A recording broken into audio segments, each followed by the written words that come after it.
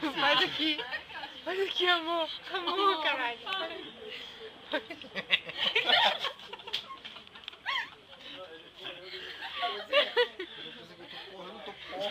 Não, você faz. Só tá divertido. Então minha primeira vez não foi com cerveja. A primeira vez eu perdi minha virgindade com uma cantina da Serra. Mas faz aí o docinho, faz aí o docinho. Aí eu tomava a cantina da Serra vinha na minha boca. Docinho na boca. Descia na garganta. Alô, YouTube. Alô, YouTube. Tá coçando a garganta. Aí fui. 3 copos eu já tava. Quero ir pra casa. Quero ir pra casa aqui.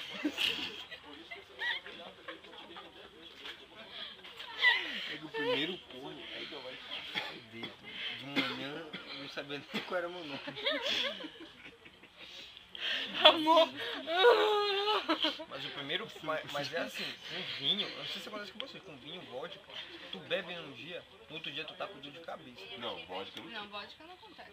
Como é, Thiago? Não fica? Vodka. Eu não gosto.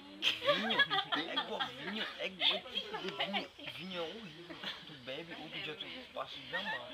Agora cerveja é incrível, tu Não, vai... cerveja eu fico mal outro dia. Não, Cerveja. pelo menos se tu bebe cerveja de manhã parece que...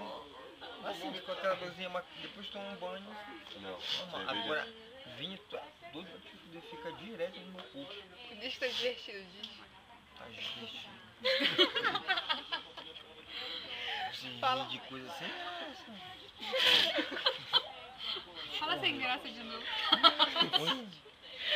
Fala pra encerrar a gravação, pra encerrar a gravação.